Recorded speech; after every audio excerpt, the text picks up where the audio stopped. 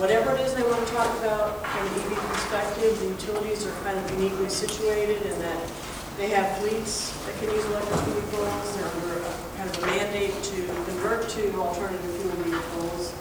But they also can play a major role in the infrastructure, and it can also be a new business opportunity.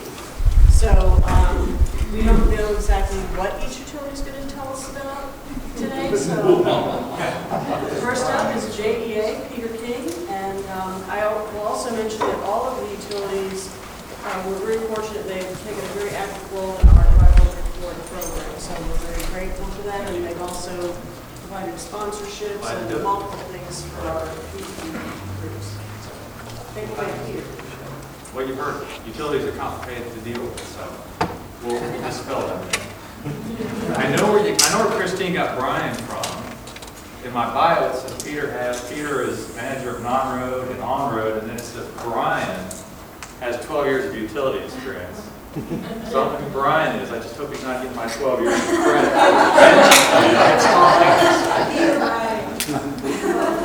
Anyway, welcome. Thanks for having us. I'm Peter King. I'm the program manager for both non-road and on-road technologies with JEA. I've been there about 12 years. Started out as an account executive like Don. I then launched in 2010 our InvestSmart program. InvestSmart is our commercial industrial energy efficiency rebate program. And InvestSmart has come down to take in and includes that non-road electrification program. And that's paying incentives for converting equipment, manufacturing industrial equipment, to electric from fossil fuels where it makes sense. So that's two hats at JEA. I'm going to talk about how we're involved with electric vehicles and some of the things that we've done over the last couple of years about being actively engaged with electric vehicles. I first want to point out that JEA, if you don't know, we are a municipal utility. We're, I think, the 7th largest municipal utility located in Jacksonville. We do electric. In 1996, we used to be Jacksonville Electric Authority. We now have the water and sewer, and we are just JEA. I point out the municipal part of it because if you don't know, I think it's important to understand that there are different types of utilities, and it has an impact on how we engage with electric vehicles. Excellent. So you have IOUs, Florida Power and Light, Gulf Power. You have a municipal. One of the examples may be in rate maker. So when we're looking for like EV type rates, they go through a different motion than JEA is. So something to keep in mind.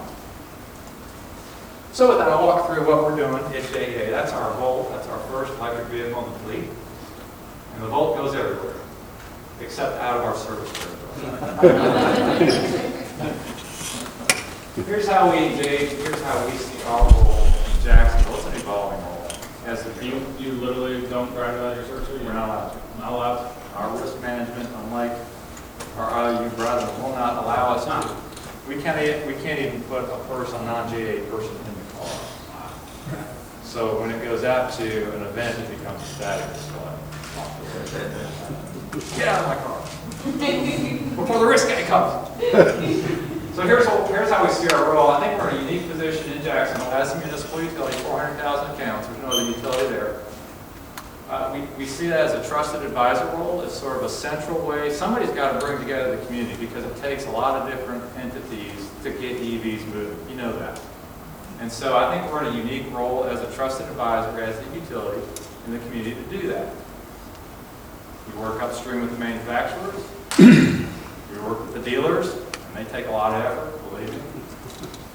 Corporate, obviously our corporate residential customers. Then we have stakeholders like Wanda, the TPO, USGBC, Sierra Club, and the City of Jacksonville. And so we try to bring all those together and unify that in one front going forward. This is my slide on what's going on. There actually are electric vehicles in North Florida. And you can see it's grown, it's mimicking what's going on nationally. You can see the shaded area is really activation of PEV programs at JEA, and that started out as education and outreach, and I'll talk about our infrastructure program that we're embarking on. So not a bad number, 700. It's DMV data. We pulled that from the DMV. We learned how to do that from Florida Power and Light. It's probably 95% accurate. Good enough. Based on how DMV, based on how they classify things. But that's all we got. So I'll walk you through this. We tried to approach it. We looked at what we think are the 3 barriers for EV adoption. Education outreach, by far the biggest. Range anxiety, and then upfront costs. Education outreach, some of the things we're doing, we do events around town. We do a number of lunch and learns. And we go out and just talk about, and we try to do this with our corporate clients and ride and drive events with our corporate clients. And the key there is to get out to these customers that don't know anything about electric vehicles. And to be able to talk to them about, you can drive electric, talk about to them about the average commute distance, all the things they need to know to be able to consider an electric vehicle. And these are people that have no idea. And so it's pretty cool to get out and do a ride and drive event. And by the way, you have to have food. Ice cream's a good thing, because they'll line up around the block. They won't come if you say EVs. If you say ice cream, they'll show up in droves. But it's pretty cool to see somebody who knows nothing about an EV. Talk to them about an EV. Get them behind in the button seat kind of thing, is Britta talking about, and see them turn around and say, yeah, I consider an EV. And that's a high value. We're trying to do a lot of those. Those are high value events. Is that young lady in play? Well, let me talk about that. So we also have, JA has had for a long time, we call our ambassador program. We provide speakers out in the community. And most of the time, so it could be for a school, most of the time it's for a school, it could be for a civic organization. We provide a speaker, and up to this point, it's always been on energy efficiency, right? That's what you want to hear from your utility. We're getting more and more calls, though, for the EV, so the Volt's getting out regularly to the schools. That was an interesting one I went out to. Just a quick story there. They were kindergarten through, I don't know, 8th grade, maybe younger. So it was a real diverse crowd to talk EVs with. And they would come over in groups and gather around the EV. And so things were going pretty well. I think I had my 3rd group. I told this to the Drive Electric Florida folks. The 3rd group, I'm talking about the EV. It's going pretty well. 30 eyes on me. At the very end, in pulls ladder truck number 51. And 30 eyes just, and I lost them for 30 minutes. So eventually I was able to pull the car back and bring my kindergartners back to me. Challenging event, not what you consider a high value event, but an important event, right? It gets EVs out there. They go home and talk to their parents. You know, it's interesting. They had the same questions that their parents do about EVs. How do I charge it? How do I know when it's going to run out of juice? I was really amazing. A lot of similar questions.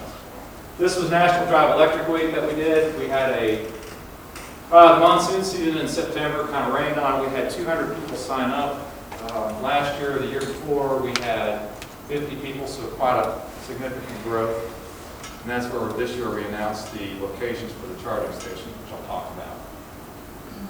We like to do those events, but like I said, the high value ones are the lunch and learns and the ride and drives with those corporate customers who don't know anything about EVs. Some of the other things we're doing for range anxiety, we do have a fast charger at JEA, or 2 public fast chargers. Well, you would consider Nissan public chargers, and they have in their dealerships, their child ones. Outside of Nissan, we have 2 fast chargers in Jacksonville. JEA has a Signet like you all have here. And then the Gate Town Center has a fast charger. Interesting, the other night, I saw an i3 at our fast charger. This is really, to me, it was like, aha moment. It may not be to you. So I went over, I have an i3, and I went pulled over and I said, hey, what's going on? Love your i3, love your i3. You know, he's an Uber driver. It turned out he sits there at night and charges, and he makes $50 a night to supplement his income. I just thought, wow, there's an application I didn't think about. Pretty cool. We are big in workplace charging, and we want to get bigger into that. You saw that throughout all the presentations. I think it's key. We're part of the Workplace Charging Challenge. We're a partner, and we're trying to get other companies. We've got CSX right now, we think it's going to be a partner. And then the Duval County Schools also just implemented workplace charging without putting chargers. They have outlets. They've come up with a policy to plug in, and then they're going to paint some spots. Brilliant, low-cost way to do workplace charging. I You watch, the cars will come and they'll put charging stations, it'll happen, but that's a great start. Here's the big announcement recently with the North Florida TPO. They have, as Christine alluded to, the grant from the DOT, it's a CMAQ grant, was awarded to TPO. TPO partnered with JDA. We're doing the procurement and installation of public charging stations. We've got 27 of them that contracts complete with no charge. We're happy to have them on board. And we've got 27 level 2 that'll go all over Jacksonville. The main criteria is that they're publicly accessible. That's what the DOT money specifies. That'll give us 47 public charging spots in Jacksonville. How cool is that? In Jacksonville, Florida. Let me say that again, Jacksonville, Florida. Yeah. Anyway, I thought I'd throw this up. Upfront costs, we did introduce rebates. We're 1 year into our rebates. And I thought I'd throw some numbers up to show you what we're finding. I'm not sure what I think yet about our rebates, if we want to continue them or how we want to continue them. I've heard some good ideas from Gulf. When you look at these numbers, we may rethink some things. I'm sure the 16 Tesla S owners didn't need the rebate, or let's just say it didn't motivate them to buy their Tesla S. In the utility business, we call that free ridership. Out of 47, this is the one though, 47 paid, 99 were eligible. And so I don't know, open to suggestions. I think one of the things is we don't have a lot of cars in the market in Jacksonville. We don't have a lot of allocations. They go out of town and they buy them. They come to Orlando, they go to Tampa, and they have to buy them in Jacksonville. They don't have to. They have to register them in our service territory as a JA customer. So yeah, and so other dealers don't know about the rebates. So maybe we need to outreach to those dealers. The number 193 is wrong, should be 185. And I put that out there because it just shows you that the secondary market, which if Jen, if you recall, Jen told us, Darrell, that in Jacksonville your secondary market would be huge, and it's coming true, she's right. There's a lot of used vehicles. So don't forget about all the used EVs. So I don't know how we'll go. We'll evaluate this a little bit further. That's kind of what it looks like right now, but we had a lot more money earmarked for rebates, and we certainly would like to pay it out. That's all I have. Thanks.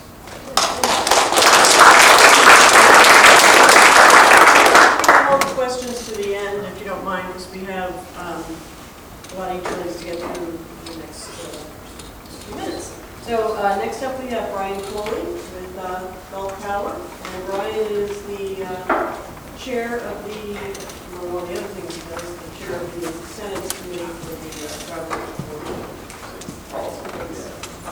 Yeah, thank you, Doug. I actually don't have any slides, so you're just going to have to listen to me talk for a few minutes. So what I want to talk about, one, is Gulf Power. So we're Pensacola, Panama City, Gulf up to the Gulf of Mexico, all the way to the Alabama state line. We have about 440,000 customers and about 1,300 employees at Gulf Power. So we're not nearly the biggest IOU in the state, but we're a part of the Southern Company, which is 4.5 million customers and New York Stock Exchange traded. So we look to our bigger counterparts in Georgia Power, now Alabama Power, and we share best practices and all of that. So a lot of what we're doing is mirroring other things at the Southern Company. One thing we've adopted from them, and what we do at Southern is we say, okay, let's look at the EV market and what is the utility's role? So I kind of wanted to talk about that today. What do we think the utility's role in this? How can the utility make an impact in the market? We talked about batteries, we talked about cars, we talked about infrastructure, we've talked about all kinds of how they integrate and policies. What is the utility's role and can we make an impact? And so at Southern Company we say, well, what do we believe we can do? And so if we establish a belief, then we should do something about it. So we have 4 main beliefs in the electric transportation space that we say, okay, we believe these 4 things, and I'm going to kind of walk you through those and what we're going to do about it. So first, we believe that electric transportation, and I say that very specifically because it's not just on-road vehicles. We talked a lot about that. Peter mentioned non-road, so electric forklifts, seaport, shore cranes, rubber tire gantry cranes, overland conveyors, baggage handling equipment at airports. If you fly through the international terminal in Atlanta, If you go international, anywhere, that entire terminal is all electrified. So all the baggage handlers, the pushback tractor, everything is electric. I think it's Terminal F now, so it's the newest one. So that's all electrified. So we're looking at all those types of opportunities, but we see electric transportation as growth, as helping the environmental impact and energy security. So we see those three things, and so because of that, we do things like we've developed incentives.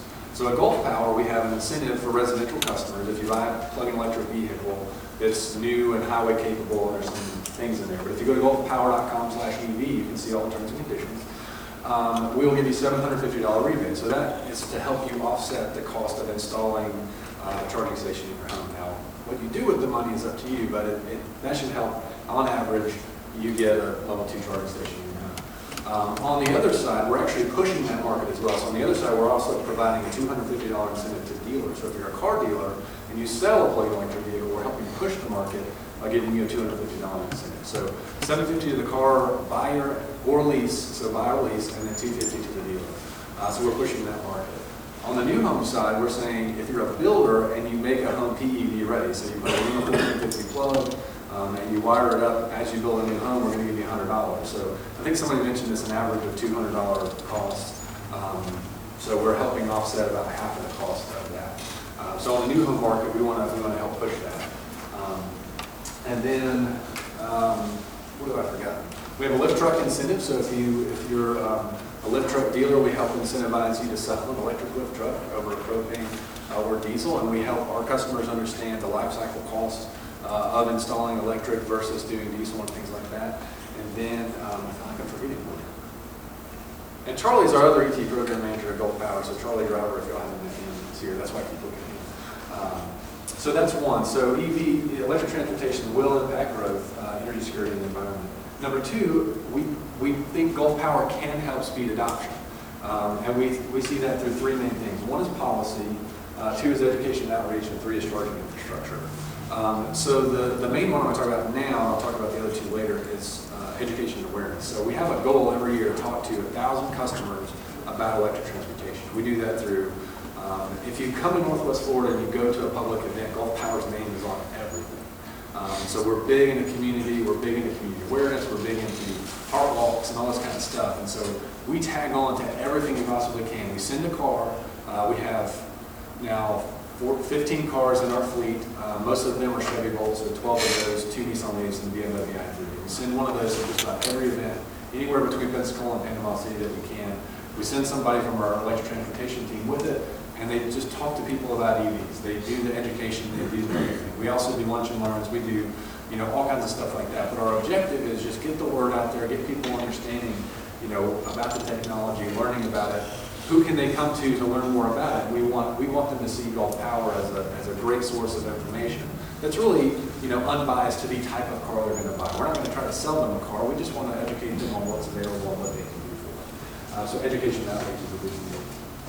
Then third, we believe that strategic charging infrastructure is critical to moving the on-road market, and we feel like Gulf Power should be a leader in that. So one thing we're working on right now is we want to put out between now and the end of, beginning of 2016 through 2018, we're going to do 75 level 2 EVSEs that are dual port. So that makes about 150 charge points and then 8 DC fast chargers across the I-10 and 98 corridors. So what that will do is that will create basically a charging network across Northwest Florida where you can drive through, you can drive to, or you can commute and live and work there. So we see ourselves as a destination. People come to the Emerald Coast to go to Destin or go to Panama City or come to Pensacola and they want to visit the Navy Museum in Pensacola on NAS, or they want to do this or do that. We want to enable them to drive electric wherever they want to. We want to provide them range confidence so that they can fly into Pensacola Airport, hopefully at some point in the near future be able to rent a Bolt or a Leaf or something like that, and then be able to drive with confidence wherever they want to go in the area. So we're working on those types of initiatives to increase the charging infrastructure so that they can do that. And we're rolling that out in 2016. And then fourth is legislation and regulation. So obviously we're a public in an investor-owned utility. So with the Public Service Commission, kind of has to work, we have to work with pretty much everything we do. So we're looking at, you know, what are the policies, what are the legislative initiatives, all of that. And Colleen mentioned, you know, the Drive Electric Florida policy team. So we're looking at, you know, a number of different things. Right now is Senate Bill 364. 366 is a hybrid vehicle, but 364 is electric and hydrogen vehicles right now that Senator Soto is putting out. We're actually, as a conglomerate, so Drive Electric Florida, we're working with Soto to basically say, you know, here's some things that we think would help improve this bill and give it more likelihood of success. And so Larry Channon, of course, is here as well. He's been instrumental in that. And then Frank Jackalone from the Sierra Club is our other kind of, the three of us have been kind of spearheading that committee. And that's gone really well. There are other initiatives that we're working on, statewide charging infrastructure and other things. But from the policy space, we kind of want a multifaceted approach to this. So, you know, we want the state to be integrally involved. And the Senate Transportation Committee, headed by Senator Brandis, is very on board with this. They're very excited about it. He actually did a video, which if you haven't seen it, go to the Drive Electric Florida Facebook page, and it's out there. He did an amazing video. And we didn't pay him to say all those great things. He did it himself. It was great. Really good stuff. So again, to reiterate, Southern Company, you know, we feel like electric transportation impacts growth, energy security, and environment. Gulf can help speed the adoption through a number of things, including policies, education awareness, and charging infrastructure. We feel like we need to take the lead in charging infrastructure, and so we're going to be doing that in a big way over the next couple of years. And then fourth, legislation and regulation are going to continue to need to be worked through as we do this, because that's critical to making this successful. So we're really working on those four things, and that's all I have. So I'm going to, if you have any questions for me, that will be at the end.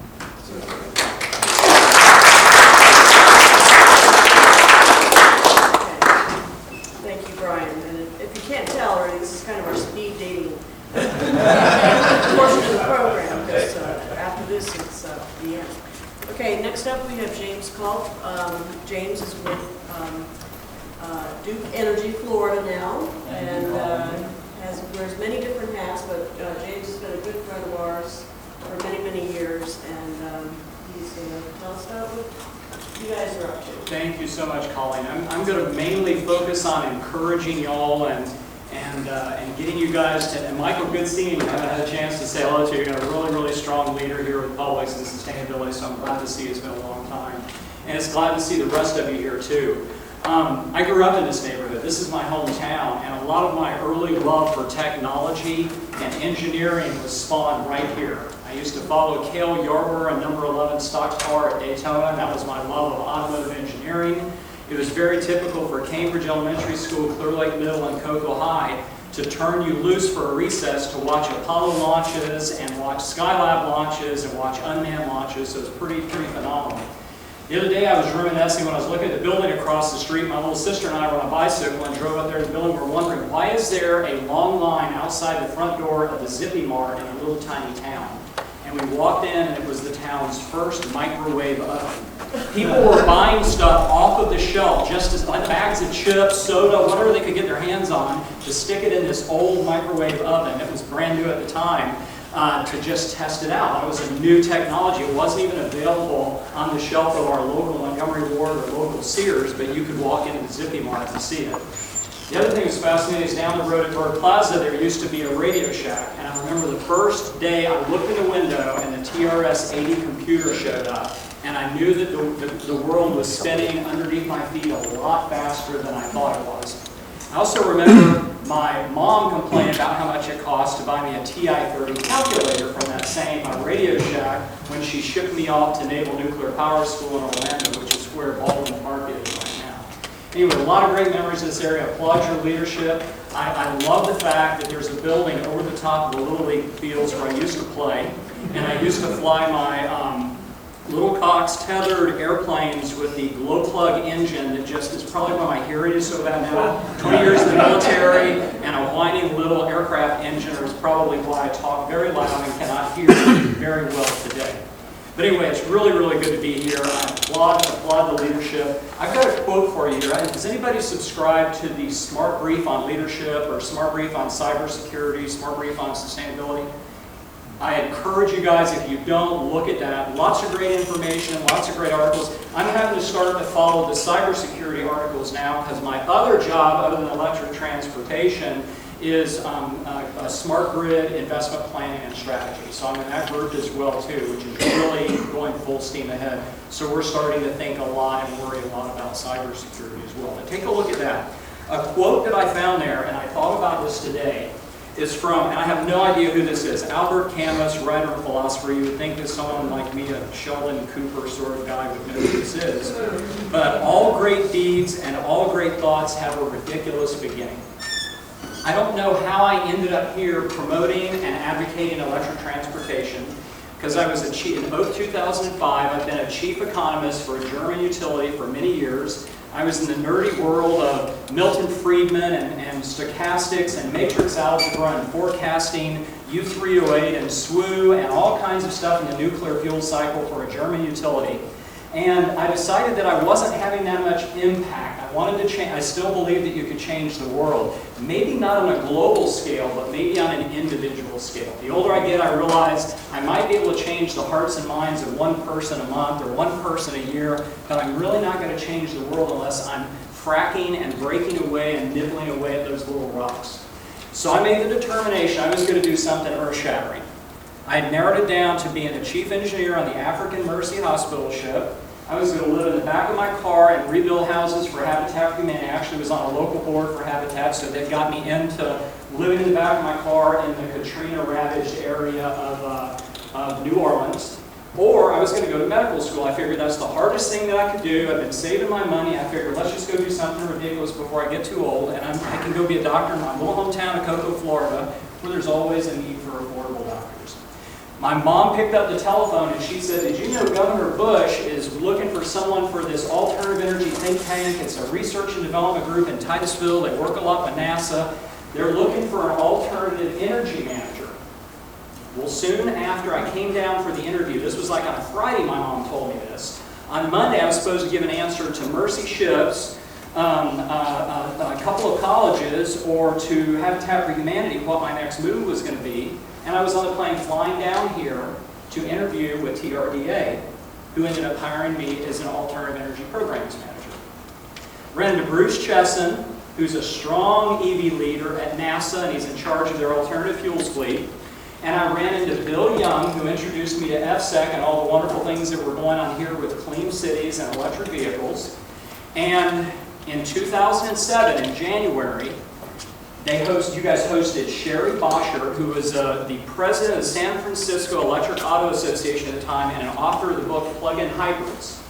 So between driving Bruce Chesson's car with a retrofitted solar on the roof, I think it was, I don't even know what car it was. It wasn't anything that was mass produced. And hearing Sherry Bosher, I said, this is what I'm going to focus the next few years of my life on. I'm very passionate about this. I understand the engineering. I understand the torque.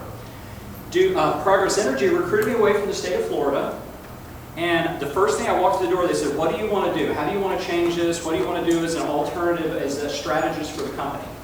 I said, I want $26,000 to buy a Prius. I want $10,000 for an A123 Systems battery, and I'm going to make our company's first plug-in electric vehicle. And this director and VP looked at me and said, you're going to have the shortest career anyone has ever had. That was in 2007. That was in the summer of 2007. And thankfully, they're either entertained by me enough or they feel that there's enough fun and goodwill going on somewhere, but I'm still there. I said all that to say that a lot of us have, like this quote said, all great deeds and great thoughts have a ridiculous beginning. I run into folks in the electric vehicle world that had ridiculous beginnings. And I think that's one of the most interesting things about it. It kind of chooses us, right? I mean, we don't really go seeking for it and choose that, right? No one at our company says, oh, you're going to do this whether you like it or not, right? It just kind of like falls into place. And that's kind of where a lot of us are here, where a lot of us are on the national stage. But I just want to applaud all of y'all who are dreaming big and you're carrying the torch and you're being very, very, very persistent, because it takes persistence. John Parker's old boss, Hank Pritchett, and John, you and I were talking about this earlier in the week, we used to joke about how I was like the circuit-riding Baptist minister of the Wild West, going into every town and telling everybody to stop hanging out in the saloon and drinking whiskey and chasing women, okay? And that's kind of how it is with electric transportation, right? We talk about butts and seats, we talk about advocacy, we talk about teaching our young people, like Peter was talking about. All those things are critical components for us to get across this technological valley of death that it seems that we're hovering over the top of, right? So anyway, continue the good fight, don't give up. The vehicles are out there, okay? Those folks that were the naysayers in and outside of my company that said, after EV1, we're not going to have any EVs. We're going to have hydrogen fuel cells, so get out there and help build that station at Boggy Creek, and get out there in Oviedo and put that electrolyzer together and start managing those fuel cell programs. Well, I was in the middle of managing those fuel cell programs, and I also had my coveralls on with AVRC and Dick Dell from North Carolina, remember Helda? He was flying all over the country retrofitting people's Priuses with those A123 Systems battery, and I would look at that car and I'd say, you're going to get me fired, aren't you?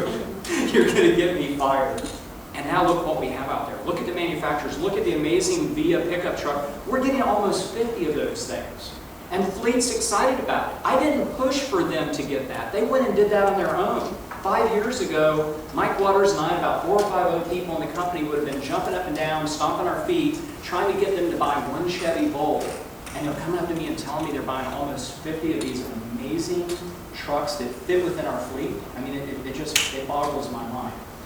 I've only got a couple slides, so I'm going to go really, really fast here. Just a lot of you have heard presentations from Duke about what we're doing. Here are our focus areas, where we're at. Customer support's the big question mark.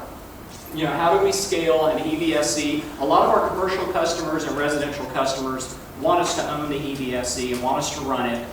That's where the big question mark is now. We've done a lot of surveys, a lot of research in that, what that's going to look like. Utility readiness, we're prepared. What's helping us out that are utilities?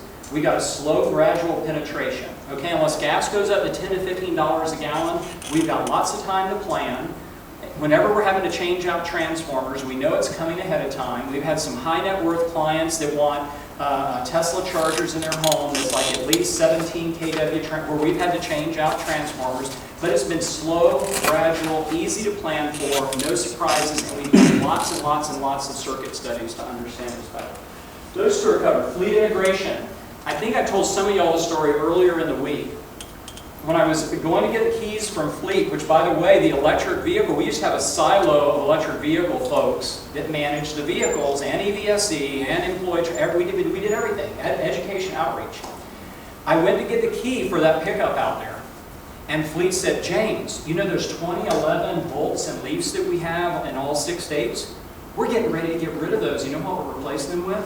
2016 Volts. And this Fleet person was excited and was I'm like, wait a second, am I working for the same company that I was working for just a few years ago? It's self-sustaining. Electrification is ingrained in our company now, and people get it and they understand it. And I'm going to have to retire as that circuit-riding electric transportation Baptist minister on my horseback. I can still go out there in the community, but I don't need to do it inside my company as much as I used to. The other area, the education, outreach, and collaboration, that's going to continue. So one of the areas that we've had success on in this is it's not just the same 3 or 4 or 5 people in the company doing it. We've got large account managers who can take a vehicle and go sit down with their customer and talk about the technology. Some of them, if they're not an engineer, maybe just at the 30,000 foot level.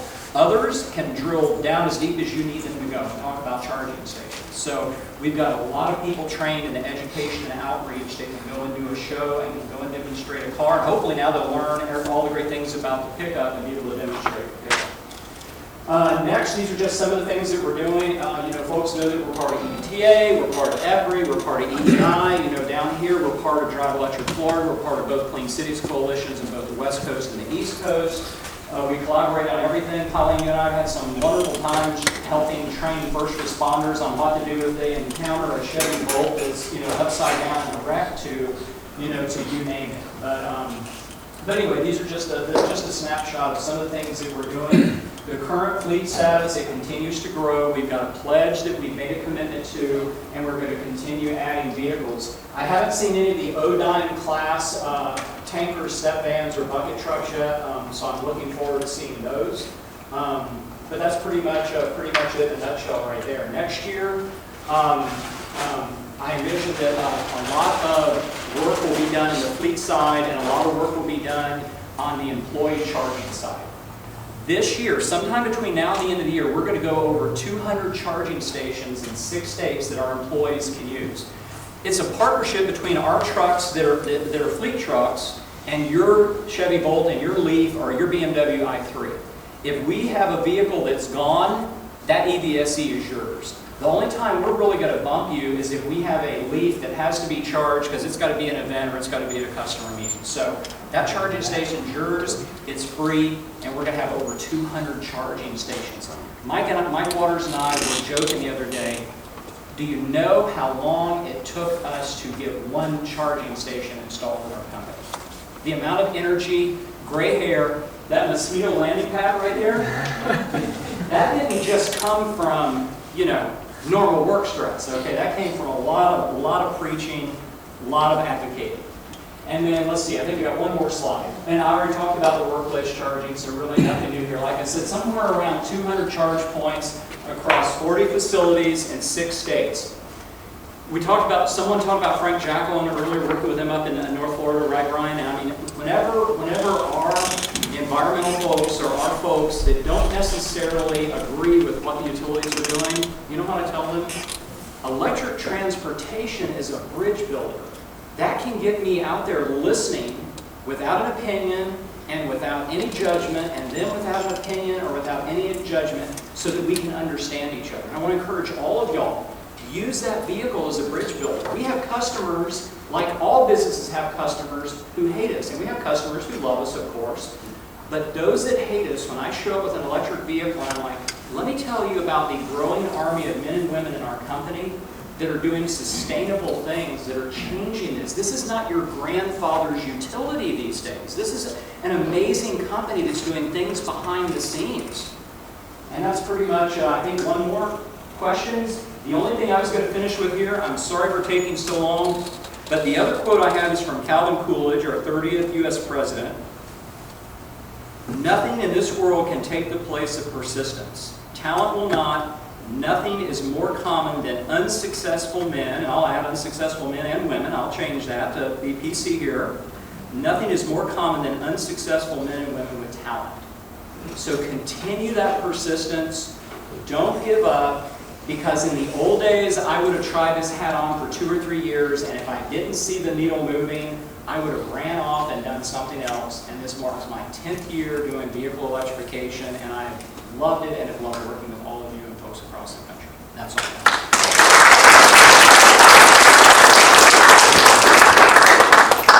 Thank you, Jake. Next up, we have Keith Kortzmacher from Tampa Electric Company, TECO. Oops, yes. Now what am I going to say after James? We didn't buy them. We didn't buy them. I'm with Tampa Electric, basically serves the Hillsborough County, part of Polk County, Pinellas, and Pasco County. But we also have natural gas in most of all the metropolitan areas of the state. Unlike James, I am one of those people that about 5 years ago came up and said, oh, you need to be looking at electric vehicles too, go get involved in that, which wasn't my choice. It was very much a choice today, though, because since I'm very fortunate to drive with a Chevy Bolt every day. I couldn't imagine not riding an electric vehicle. Why can't everybody ride an electric vehicle? We know people who drive electric vehicles, they will want to use an electric vehicle. But thankfully, James, shortly after I got that directive, Mike Waters called for progress. He said we need to learn how we can work together in the Tampa Bay area, since we're we're butt up to each other. Shortly after that, met James. So they've been really instrumental in helping us work together to get things done. There's been collaboration. After that, FPL, we started joining with them, working with them, and Louise. So we all started working together, sharing our ideas, what to do. Peter came along. He joined in our group, and then of course the guys from Southern here, Ryan and Charles have been very active in getting things going too. My point of saying to that is we've worked very well to come where we've gone. A lot of people, everybody here, has said a lot of things that I was going to say, and those are the things that we're done and we've been trying to do. I think now we're about where, if you look at percentages of your service territory, about the same. We're probably we're about 850 vehicles. I think we have 800 chargers. Hulda has been actively putting into our service area. So we've got vehicles going in, not enough, but we've got the infrastructure there. Again, we're very involved in community events. Everyone I think here is. I would just like to promote there. One thing we've been very involved in, and Colleen's been very involved in, is with the clean energies. We've been supporting them, clean cities. We've been supporting clean cities for over 21 years around the state. We would encourage everybody to be active. They've really helped us get out there and promote, and we believe we've got to promote. The other thing that we're doing is gotten really involved in, just to reiterate people in, is the workplace charging. We did get that out to our employees this year. We've got 29 stations in. We're letting, you can check out vehicles to take home. The vehicles are pretty much booked all the time, reserved. For employees to take home, they can charge at work for free if they have their own vehicle. We let outside suppliers or vendors or visitors that come to our facilities, we let them also use our chargers at our location.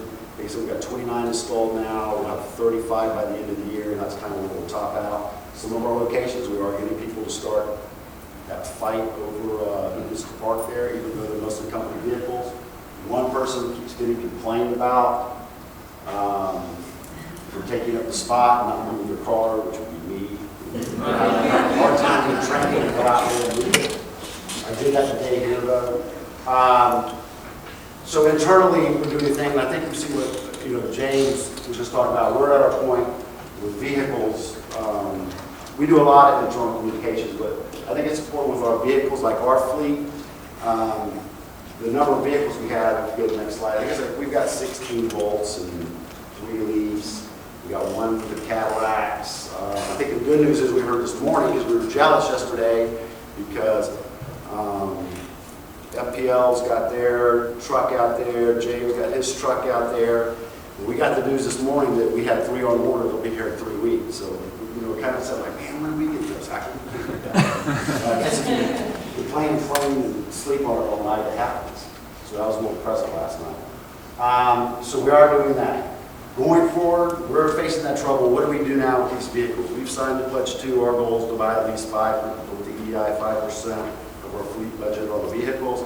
We've had some issue because we have vehicles where we can use them for some of our applications. There's not vehicles available. So what do we do? Well, the trucks that we have coming in now are going to help, start helping us go that route to be able to use it in our applications. So I think that's important on our side. So really, the last thing I'm looking at is we've tried everything. We've looked at things. Do we put chargers in on our own? Do we do rebates?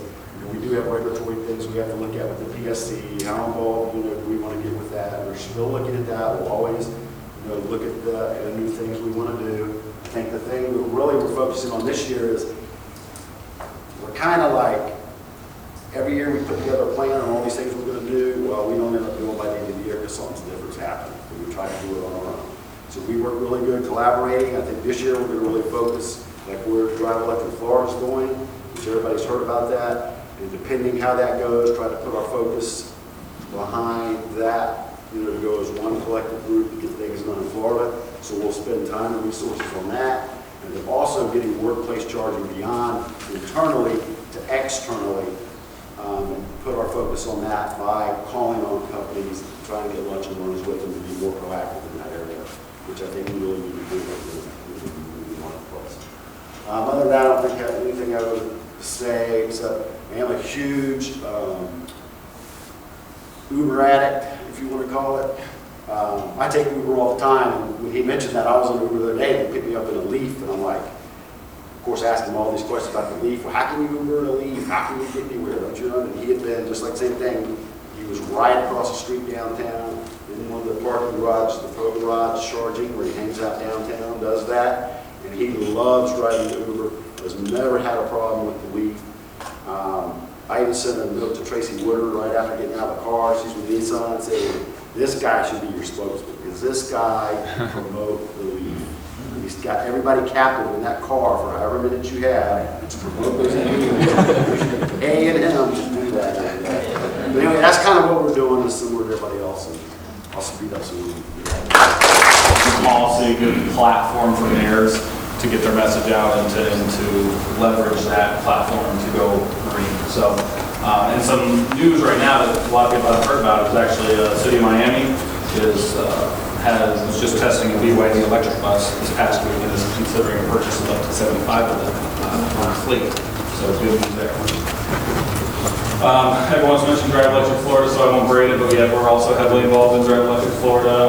We did the whole day at the Capitol and sponsoring that, and that was a wonderful thing. And a lot of good things came back with Randus and all that stuff. So I think we'll be doing more of that. It's important that we try to level the playing field because CNG and propane have had some very nice incentives at this point, and we haven't. So we're trying to put those in place so that at that point the customer can make a choice.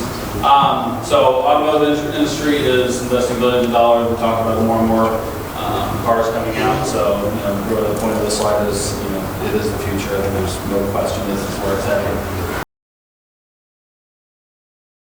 You're going to see an explosion. I touched on our workplace charging, but at this point, because of having that charging available, workplace charging, and I know someone mentioned there's a 20 times more, Brett yesterday mentioned there's 20 times more likelihood of someone buying, and we're seeing it with the used leaf prices out there and whatnot. We're adding 2 to 3 employees a month with the program that we just launched 2 months ago. So we're going to see some rapid growth. We're actually have more people now at the stations, so we might start seeing some of that charging rate. We haven't yet, no one's complained, but hopefully we can see that. So that's it for me in a nutshell. Thank you.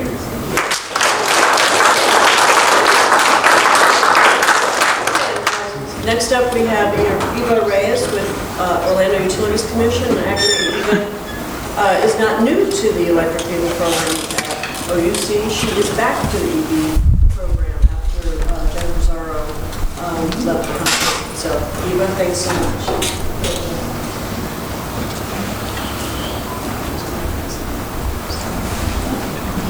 All right, we're leaving the smallest utility for the end, but I believe is the most powerful. So far, so don't get fooled by the size. How did I get to the EV world? Like James said before, it just landed on me. Like it did with him. I wasn't expecting that to happen. I actually, I'm an electrical engineer. Always working with distribution, design, commercial, residential. At some point in my life, I handled crews when I was back in Puerto Rico. That was the hardest job ever. Once I moved to Orlando, I joined OUC, briefly worked at Duke. Back then it was Progress Energy for about 2 years. Switched to OUC to keep doing the same distribution design. I got tired of that. So I wanted to get myself into the renewables world, and so I did. So I was the only female engineer that decided to move to the power plant to do renewable projects. So over there I learned about landfill gas, the solar farm. I was lucky enough to start that project. Then Jennifer happened. I decided to join Jennifer, apply for a position that she posted. And I thought I was going to do solar, but in a smaller, size for the industry. Then she says, you got to install 300 units. I said, what? Hell, that was in the mix back then. I didn't know what I was getting myself into. I was tasked to install 300 units within our commercial customers. That was the hardest sell that I have ever had to do in my life. We went out there, customer outreach program, we tried to promote the program, giving you the unit for free. I'm actually paying for the installation. I'm taking over the maintenance. I'm taking over all the charges related to the station. The order got reduced to 200 at some point. And then after that, we ended up installing around 80 units as, public charging stations, okay?